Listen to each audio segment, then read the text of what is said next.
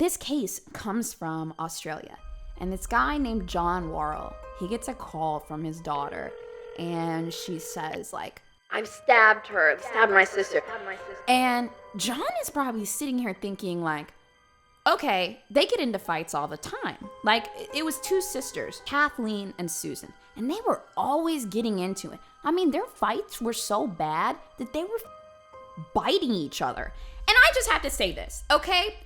If you're a parent and your kids are duking it out, fighting physically, biting each other, slapping each other, hitting each other, they are going to go out into the world and hit other people. So Kathleen and Susan were just beating the shit out of each other all the time, biting each other. But I want to talk about something that's super, super important that doesn't get talked about enough. Kathleen Worrell had a disease that she was diagnosed with from a very young age. It was called congenital adrenal hyperplasia.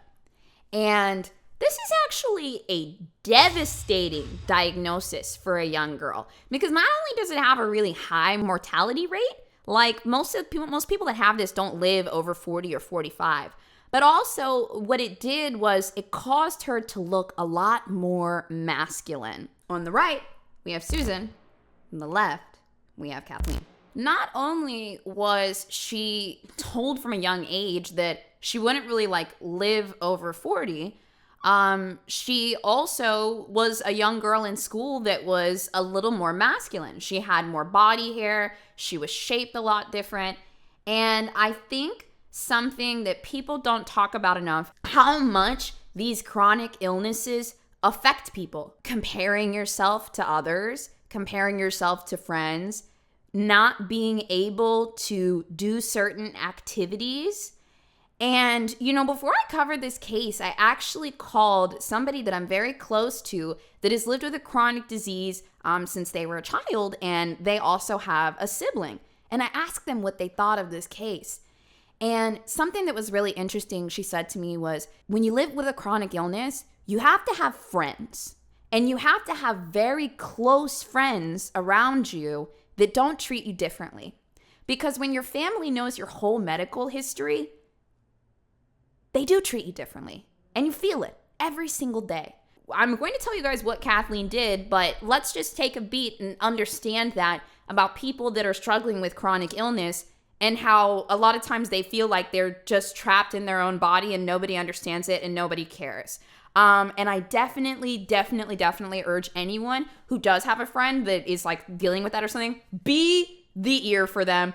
Please be the ear, because they can't talk to their family. They fucking can't, their family looks at their whole medical chart and treats them a certain way, or or sometimes the family is so scared of the child dying that they overcompensate and coddle them, and they just want to be normal. They just want to feel okay. And a lot of times, these kids, they won't even take their medication because their medication reminds them that they're sick. That was what Kathleen Worrell was struggling with. And, if you look at this, her sister Susan, she saw her as the pretty kind of dainty, petite, everyone likes her. This is an older picture. She's got the big hair, but, for her, she was just a little more feminine.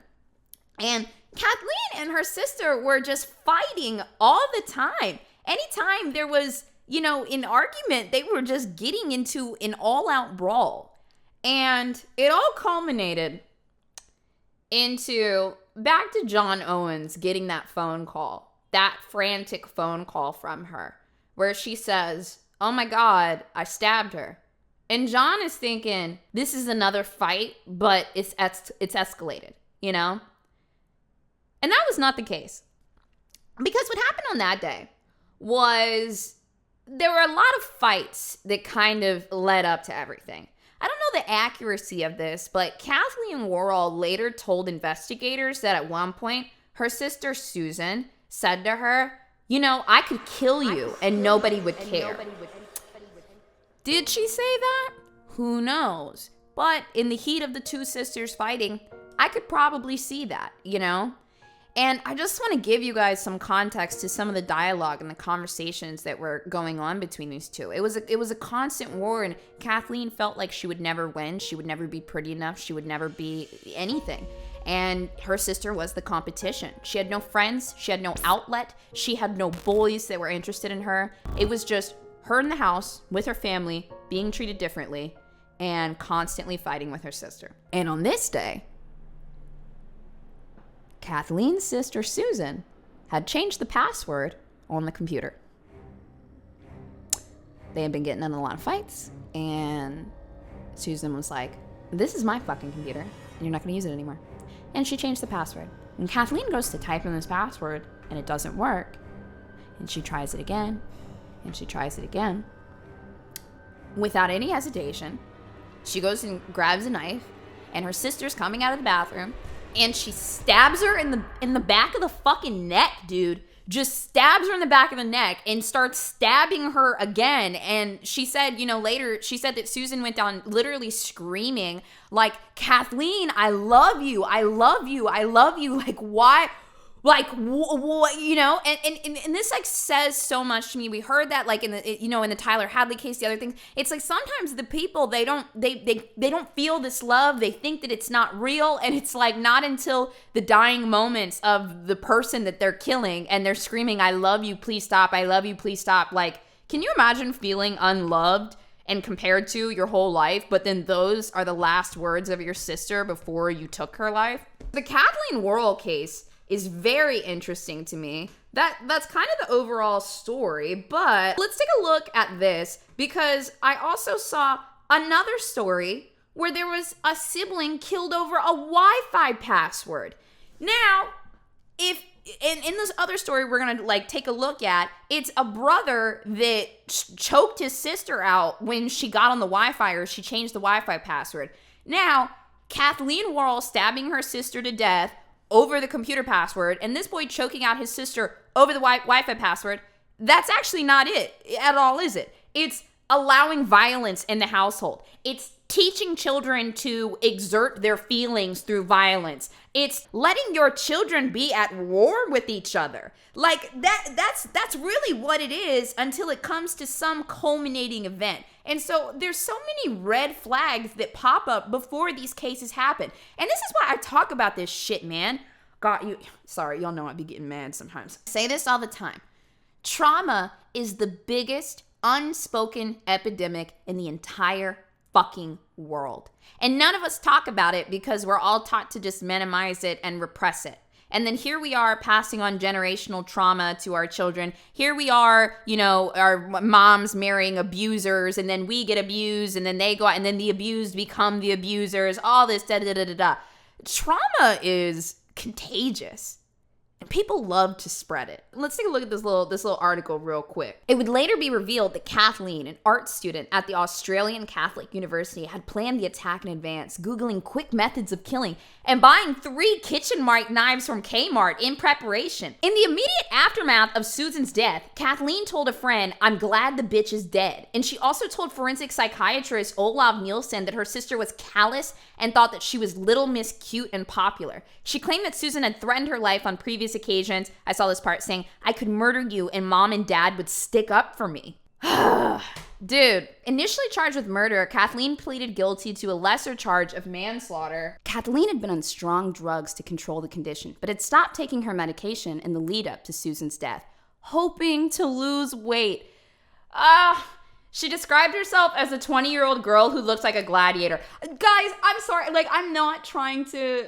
Are you guys mad at me at all that I'm kind of I'm mad at Kathleen. I'm mad at the parents for allowing all this fighting and stuff like that. But I couldn't cover this without talking to somebody first that has lived with chronic illness and just hearing them talk about family and needing friends and stuff like that. I just feel like it's really important to talk about. The cessation of medication had resulted in a surge of hormones. And by August 2008, Kathleen had the testosterone of an adult male. While much was made at the time of these testosterone levels contributing to her uncontrollable rage on October 10th, the actual cause of her psychological impairment was found to be an existing mood disorder, which was contributed to by her sudden cessation of a hormone-controlling medication.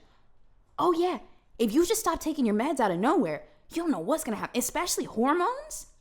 They found Susan's death horrific, would not have occurred without Kathleen's medical condition and the potential for her psychiatric state to be undermined by her failure to take medication. God, dude, this is just such a What a mess all around. Okay, wait, let's look at this one other story really quick. How are we killing people over Wi-Fi passwords and computer passwords? Like, how is this happening? I'm like, oh, it's happening because we're letting children fight in the homes, like, period. Okay.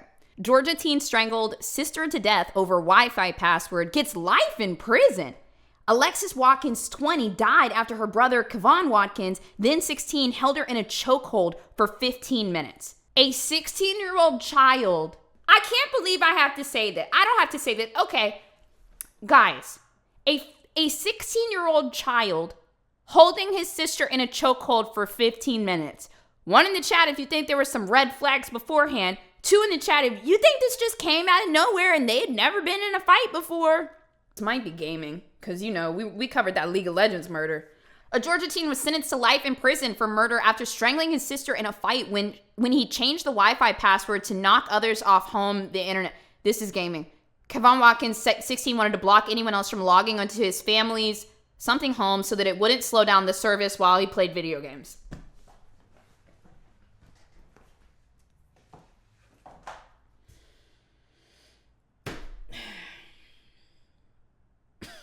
I don't need to, like, go into detail too much about this, but sometimes, like, gaming, it can be tied to your ego, and it can be very good for you or it can be very bad for you.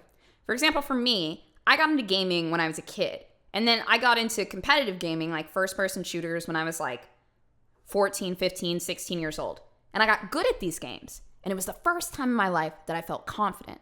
And then I also had friends in the gaming sphere because I was good at these games, and I was a girl. There was like no girls, playing video games at the time. So I'm good at the games. I find my confidence for the first time in my life. I'm good at something, and now I have a network of friends.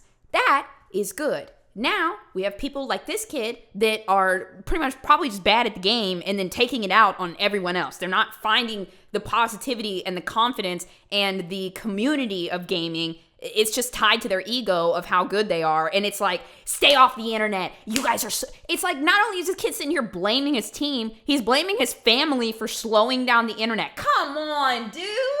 Y'all, back in my day, I had to ask my grandpa, I had to beg him for 15 minutes for him to plug in the phone cord, to take it out of the house phone and plug it into the computer so that I could get on Neopets. I was like, Grandpa, just a couple minutes. I need to feed my Neopets. And he would be like, all right, not too long now because somebody might be calling the house. and he can't take 2 seconds. He can't take 2 seconds to share the internet. Like, go get a job. Go buy yourself some internet for $40, something like that. Now, a lot of y'all are on Twitch and a lot of y'all play video games. And if you remotely see this boy in yourself, please go get help before you choke your sister out for 15 minutes. Are you kidding me? Are you kidding me? The people around him knew that he was capable of violence. He knew he was capable of extreme violence. Everybody knew this shouldn't have happened.